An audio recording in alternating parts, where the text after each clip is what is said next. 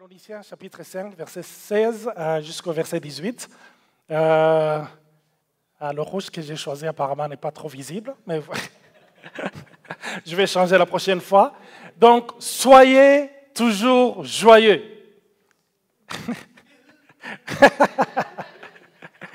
Soyez toujours joyeux. La question qu'on se pose, est-ce possible? C'est difficile avec tout ce que nous vivons. C'est difficile. Mais si Dieu dit « soyez toujours joyeux », c'est qu'il y a sa joie qu'il a mis à notre disposition. Priez sans cesse. Et après, il va dire au verset 18 « exprimez votre reconnaissance en toutes circonstances, car c'est la volonté de Dieu pour vous en Jésus-Christ. » Il y en a pour vous, peut-être des gens qui prient, qui demandent à savoir reconnaître la volonté de Dieu. Et la parole de Dieu nous dit, soyez toujours joyeux, c'est la volonté de Dieu. Priez sans cesse, c'est la volonté de Dieu. Exprimez votre reconnaissance. Il y a d'autres versions qui disent, rendez grâce en toutes choses. Est-ce que toutes choses sont bonnes? Non. Mais la parole de Dieu nous dit, la volonté de Dieu, son attente, c'est que nous soyons reconnaissants en toutes choses. Alléluia. Et nous allons voir quand on est reconnaissant ce qui se passe dans notre vie.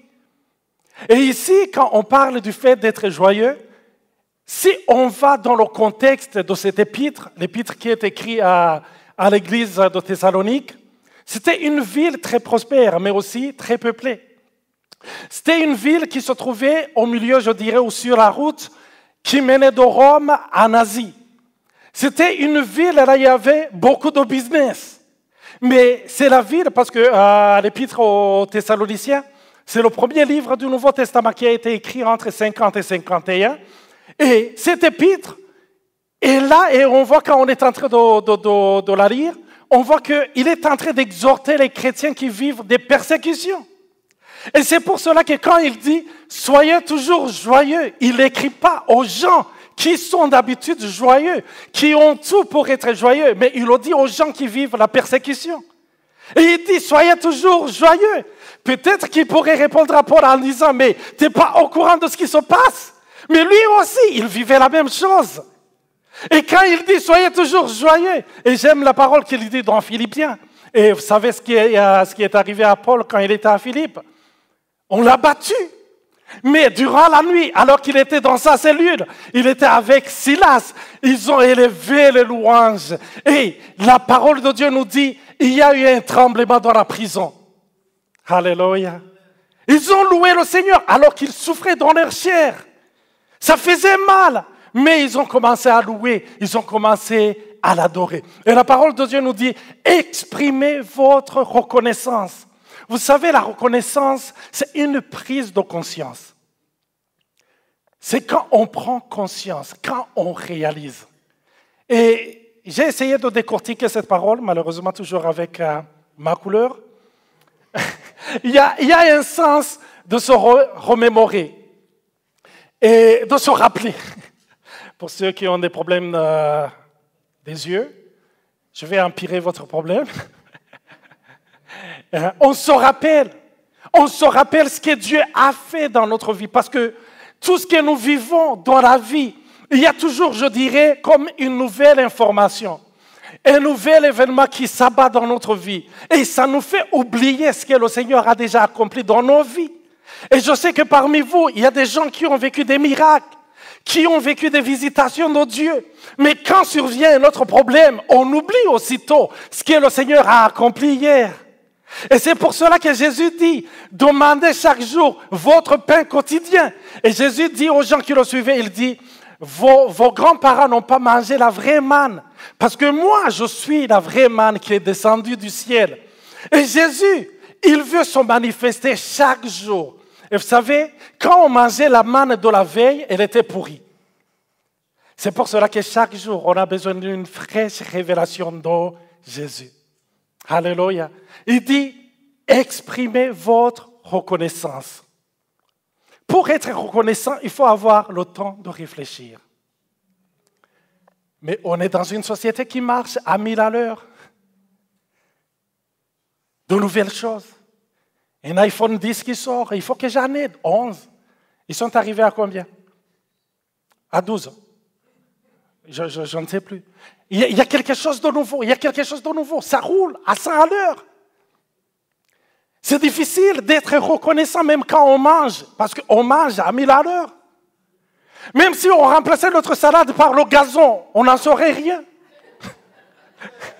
Tellement on mange, machinalement, on mange mécaniquement. Il faut que, quand tu manges, tu ne manges pas, tu ne regardes même pas ton assiette, parce que ta tête est ailleurs. C'est le boulot, c'est le boulot. Et quand tu arrives au boulot, tu repenses à ta salade. On dirait que tu n'es jamais, qu'on n'est jamais à l'endroit là où on devait être. Et quand on est là, qu'on est réellement présent, qu'on prend le temps de réfléchir, c'est là où nos yeux s'ouvrent et qu'on voit qu'on est vraiment béni. Il faut ralentir dans la vie. Il faut des fois prendre une pause. Il y a quelque chose que j'ai aimé quand je suis arrivé ici. Ce n'était pas une habitude quand on était au Burundi. Les gens prennent des vacances. Parce que chez nous, quand on prenait des vacances, oui, on en prenait. Prendre des vacances chez nous, c'était synonyme de ne pas aller au travail. Mais on continuait notre routine à la maison. Mais ici, il y a des gens qui voyagent et on a le temps de faire l'introspection, de réfléchir par rapport à sa vie. C'est là où on commence à réaliser. Parce qu'on est toujours, on est en retard, on va vite, on va vite, on va vite. Je me rappelle, c'est une histoire que j'ai lue, c'était un missionnaire qui était en Afrique. Alors, il a voyagé avec des Africains qui l'aidaient à porter des trucs. Ils ont voyagé pendant 3, 4 ou 5 jours sans s'arrêter. Et après, ils ont pris une pause. Et le missionnaire a dit à son équipe, nous allons passer une nuit ici. Et après, le lendemain, on va repartir. Et le lendemain, il était prêt à repartir. Et les Africains qui l'accompagnaient, ils ont dit, non, on ne va pas partir. Il a dit, mais qu'est-ce que vous attendez? Il a dit, on va passer ici 3 ou 4 jours. Il a dit, mais pourquoi? Ils lui ont répondu, notre corps est ici, mais nous allons attendre nos esprits. Ils ne sont pas encore arrivés ici. Vous savez, quand on est arrivé ici, Nathalie vous le dira, et elle le dit souvent ici, quand on est arrivé ici, on se rend compte que notre corps est au Canada, mais notre tête, notre esprit se trouve toujours en Afrique. Et il y a des gens qui vivent des situations difficiles. Leur corps se trouve dans ces moments, mais leurs têtes ne sont pas là. Et c'est pour cela qu'il y a un décalage, qu'il y a une frustration. Et c'est difficile d'avoir cette vie de reconnaissance. Il faut arrêter aussi de se comparer. Quand on se compare, c'est difficile d'être reconnaissant. Et la parole de Dieu nous dit,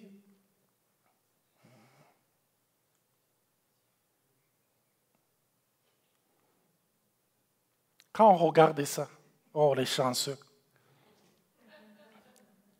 surtout avec les réseaux sociaux,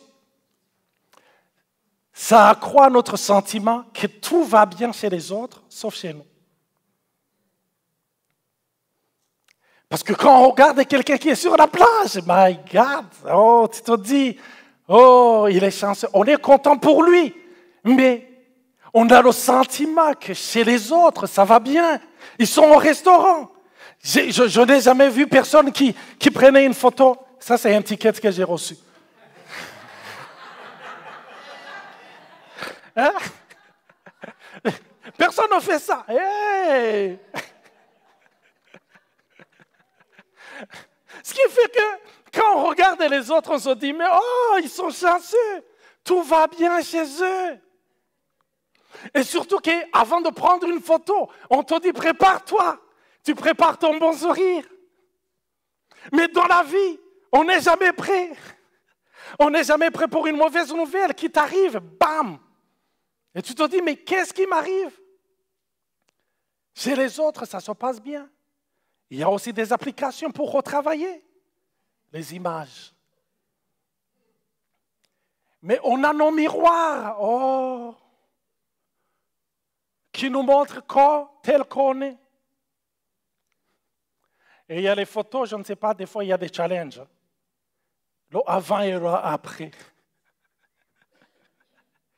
Quand tu regardes une photo d'une personne et tu le vois après, tu te dis, mais lui, ça marche. Et toi, tu vois le avant, le après et le 10 ans après. C'est la même chose. C'est difficile d'être reconnaissant. Ça m'arrivait des fois, je voyais des gens qui venaient ici, qui demandaient à témoigner. Et chaque fois, la personne qui se trouvait là avait un témoignage qui correspondait pour lui à une solution, à un exaucement par rapport à une prière ou par rapport à un problème que j'avais toujours. Et je me disais, pourquoi je me suis présenté là? Ou des fois, on a le sentiment que le frère ou la sœur a volé ta bénédiction. On dirait que cet exaucement, cette réponse à cette prière m'était destinée. Peut-être il a pris ça. On n'est pas reconnaissant, on se compare. Les Français disent, sa comparaison n'est pas raison. Quand le Seigneur t'ouvre les yeux et que tu commences à regarder dans ta vie, quand tu commences à réaliser ce que le Seigneur est en train d'accomplir dans ta vie, c'est là où tu vois qu'il a accompli de grandes choses. Et on va le voir tantôt. La parole de Dieu nous dit dans 2 Timothée, chapitre 3, verset 2. Au verset 1, il parle des derniers temps. Et après, il dit au verset 2, car les hommes seront égoïstes. Il dit, les derniers temps seront très difficiles et les hommes seront égoïstes, amis de l'argent, vantards, orgueilleux, blasphémateurs, rebelles à leurs parents, ingrats, impies, irreligieux. Les gens seront dans l'ingratitude. Plus les temps vont mal, les gens sont devenus ingrats. Il y a de l'ingratitude. Ne pas reconnaître ce que Dieu a accompli. Ne pas reconnaître ce que Dieu est en train d'accomplir dans sa vie. Parce que l'ingratitude est liée à l'insatisfaction. C'est quand on se sent qu'on n'est pas comblé. Parce qu'on s'est comparé aux autres.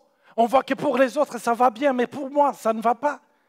Et on essaie de se comparer aux autres. Et vous savez, j'ai aimé quand on a partagé sur Éphésiens, Patrice et François, la lettre aux Éphésiens, ça m'a tellement béni. C'est une lettre qui est remplie de trésors, de richesses spirituelles. Et j'aimerais vous inviter aussi à réécouter tous les enseignements qui ont été donnés à ce propos. Et ils nous ont expliqué de l'histoire de Dieu qui est découpée en 4 phases. Il y a la création. Quand Dieu a créé, tout était parfait, tout était bon. Mais le diable s'est présenté et il a dit, Dieu a-t-il réellement dit que si vous mangez ce produit, vous allez mourir? Dieu a-t-il réellement dit? Mais il a dit non, non, non, non, non. Si vous en mangez, vous serez comme lui. Il a mis cette graine d'insatisfaction. Il a mis cette graine de comparaison. Vous serez comme lui. Et ils ont goûté à ce fruit. Parce qu'ils pensaient qu'ils détenaient le secret pour devenir tout ce qu'ils auraient aimé devenir. Mais ce qu'ils avaient oublié, c'est que Dieu avait créé, il leur avait donné tout ce dont ils avaient besoin. Et là, ils ont mangé de ce fruit. Qu'est-ce qui s'est passé? La parole de Dieu nous dit, quand ils étaient dans la gloire de Dieu, ils étaient nus. Mais personne n'en avait honte. Donc, en d'autres mots, ils n'avaient pas d'habits. Mais ça leur convenait parce que la gloire de Dieu les couvrait. Ils n'étaient pas conscients de leur manque parce qu'il y avait quelque chose de plus grand, de plus glorieux qui était la gloire, la présence de Dieu. Mais après, quand ils ont mangé ce fruit, ils se sont rendus compte qu'ils étaient nus et ils ont eu honte. Et toujours, jusqu'à aujourd'hui, on mange toujours de ce fruit de la connaissance du bien et du mal, qui nous montre chaque fois combien on est nus. Et la parole de Dieu nous montre, Adam et Ève, ils sont allés cueillir des feuilles pour se couvrir. Des fois, quand je lis la parole de Dieu, je joue un petit film dans ma tête. Je m'imagine Adam et Ève en train de cueillir des feuilles, de se couvrir. Adam qui fait un mouvement et Ève qui dit, ça vient de se déchirer.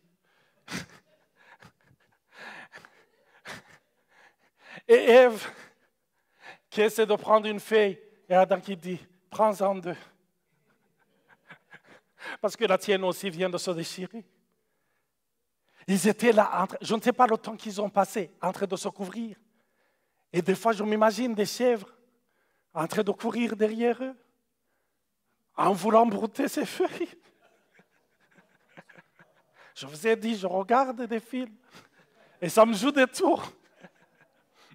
Hein? Je les vois en train de courir en disant, mais Ève, pourquoi tu manges ce fruit? Regarde ce qui nous arrive. Avant, on était bien, tout se passait bien. Mais chaque fois, les feuilles n'étaient pas assez suffisantes. Est-ce que c'est pas ce qui nous arrive? Une maison ne me suffit pas, 2 maisons ne me suffisent pas. J'ai besoin d'autre chose. J'ai ce boulot, je viens ici, je témoigne, le Seigneur a fait de grandes choses. 3 mois après, priez pour moi, ça ne va pas. J'ai besoin d'autre chose. On essaie d'avoir beaucoup de feuilles, parce qu'on essaie d'avoir des solutions humaines à un problème spirituel. Alléluia.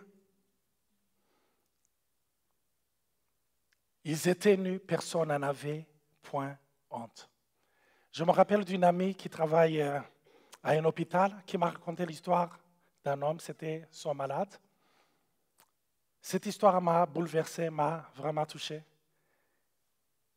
Cette personne lui a dit, mais tu me reconnais, tu sais qui je suis. Cet ami vient du Burundi, elle a dit, non, je ne vous connais pas, monsieur. Il lui a dit son nom, il a dit, je ne vous reconnais toujours pas. Alors il lui a dit, j'avais beaucoup de restaurants ici, dans la ville de Montréal. Je suis arrivé ici, j'étais jeune, j'ai travaillé fort et j'ai eu du succès dans le business. J'ai acheté une maison, 2, après 10, et après j'ai eu des restaurants, beaucoup de restaurants. Et j'avais comme objectif, à mes 50 ans, j'allais arrêter le travail et prendre ma retraite et j'allais voyager partout. Et à ces 50 ans, tout s'était bien passé, comme il avait prévu. Et avant de faire son grand voyage, il dit, je vais faire un check-up, je vais aller chez le médecin, on va vérifier tout. Et après, quand on lui donne des résultats, on lui dit, mais on voit dans tes intestins apparemment, il y a comme un petit bémol, on ne sait pas bien, et le médecin l'envoie chez un autre médecin. Et là, quand il va là, il dit, vite à l'hôpital. Et il est rentré à l'hôpital, et quand cet ami l'a rencontré, ça faisait, je pense, 2 ans, ou 1 an et demi qu'il était à l'hôpital, et il y a une parole qu'il lui a dit, qui m'a vraiment touché. Il lui a dit, il me manque de tout, sauf l'argent.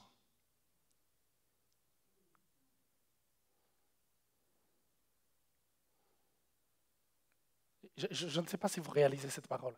Il lui a dit, parce que c'était durant la COVID, ou le Covid, on interdisait aux gens de venir le visiter. Ses 2 fils ne venaient pas le visiter. Il n'avait personne. Il était là sur le lit, avec une carte remplie de millions. Et il dit, il me manque de tout. Ce qui me reste, c'est l'argent. J'ai failli demander à cet ami de faire une connexion pour que je l'approche. Parce que pour moi, peut-être, je pourrais changer cette phrase. J'ai tout sauf. C'est une autre histoire. Donc je disais, et si je répète même les paroles de Jésus quand il dit, la vie d'un homme ne dépend pas de ce qu'il possède, fût-il même dans l'abondance. Ce n'est pas une parole pour juger, non, il y a des choses qu'on aimerait avoir, qui sont légitimes et que Dieu veut nous donner. Mais il veut qu'on dissocie l'idée de penser que ce sont ces choses qui vont nous combler. Et quand on n'est pas dans la reconnaissance, qu'est-ce qui vient dans notre vie? C'est la complainte, ce sont les lamentations, ce sont les plaintes. Et vous savez, les plaintes, c'est un sport national pour plusieurs pays. Et on n'a pas besoin de se préparer pendant 4 ans pour aller aux Jeux Olympiques. Non, chaque jour on est prêt parce qu'on le pratique souvent. On se plaint parce qu'on souffre, parce que ça va mal. Quand on se plaint, on est en train de composer le 911. On est en train de crier au secours. On est en train de dire, ça ne va pas, je souffre. J'ai mal. Et c'est pour cela qu'on se plaint. On se plaint pour attirer l'attention. On se plaint pour attirer l'attention. Et ça commence dès le jeune âge. Et je le vois avec mon fils, je le vois avec mes filles. Quand il veut attirer ton attention, il pleure. Et des fois, quand on est parent, on sait dessiner les vrais pleurs, les vraies larmes et les fausses.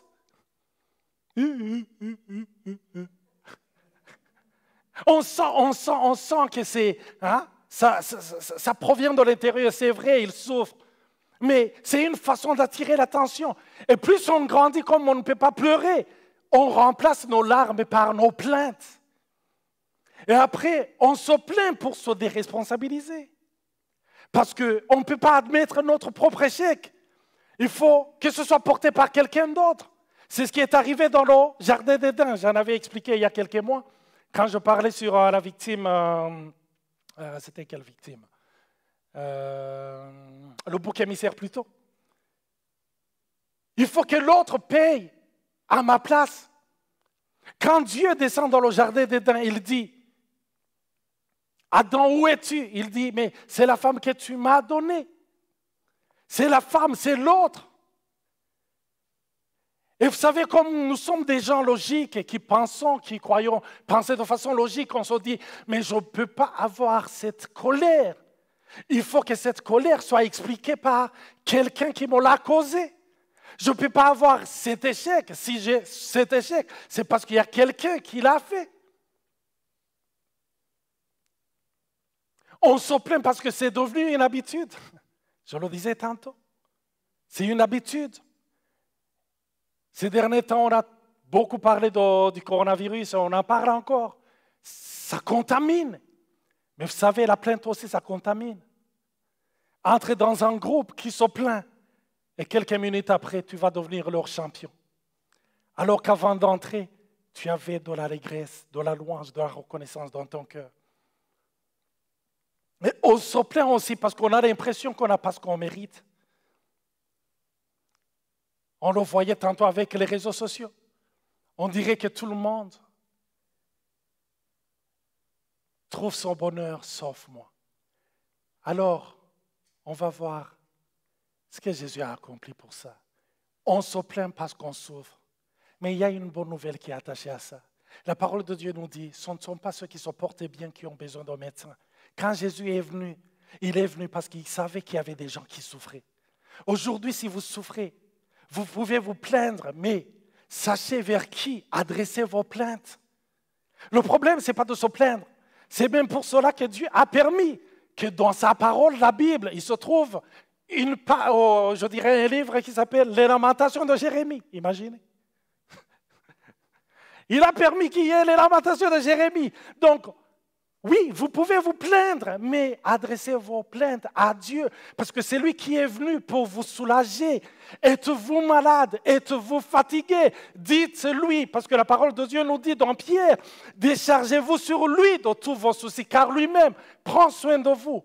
Et on se plaint pour attirer l'attention. Et vous savez, Jésus, il était dans une place, dans sa gloire, là où il avait toute l'attention. Il avait l'attention des anges, des archanges, des chérubins, des séraphins. Mais il a quitté toutes ces gloires. Il est venu et il est mort sur la croix. Et sur la croix, il a crié, il a dit, « Père, Père, pourquoi m'as-tu abandonné ?» Il a souffert ça pour que toi, à ta place, tu dis, « Père, Père, pourquoi tu t'occupes tellement de moi ?»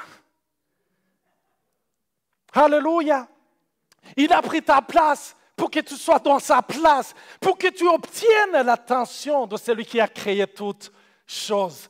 On se plaint pour se responsabiliser. Et la parole de Dieu nous dit dans 2 Corinthiens chapitre 5, verset 21, « C'est lui qui n'a point connu de péché. Dieu l'a fait devenir péché pour nous, afin qu'en lui nous devenions justice de Dieu. » Et Dieu te dit ce matin, ne cherchez pas un coupable. J'ai pris la place du coupable pour que tu aies ma paix, pour que tu aies ma joie. Alléluia. On se plaint parce que c'est devenu une habitude. Et vous savez, la parole de Dieu nous dit, ne vous conformez pas au siècle présent, mais soyez transformés par le renouvellement de l'intelligence. Et c'est pour cela que Paul, quand il écrivait ses lettres, il disait souvent, exhortez-vous. Chaque fois que vous vous réunissez, chantez des cantiques et des louanges. Alléluia! Encouragez-vous parce que le Seigneur a fait. Les chrétiens, quand ils se rencontrent souvent, c'est de parler de l'actualité. C'est une bonne chose. Mais ajoutez dans cette actualité ce que le Seigneur est en train de faire. Amen. Parce que quand je te rencontre, quand tu es abattu, et que je te dise ce que le Seigneur est en train de faire dans ma vie, ça va t'encourager. Tu vas te dire, je connais le désespoir dans lequel Olivier était il y a quelques jours.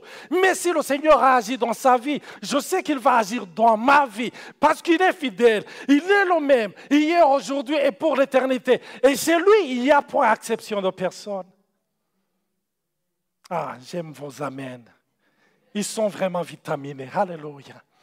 Amen. On se plaint parce qu'on a l'impression qu'on n'a pas ce qu'on mérite. Mais j'aimerais vous dire ce que vous méritiez. Vous méritiez la mort.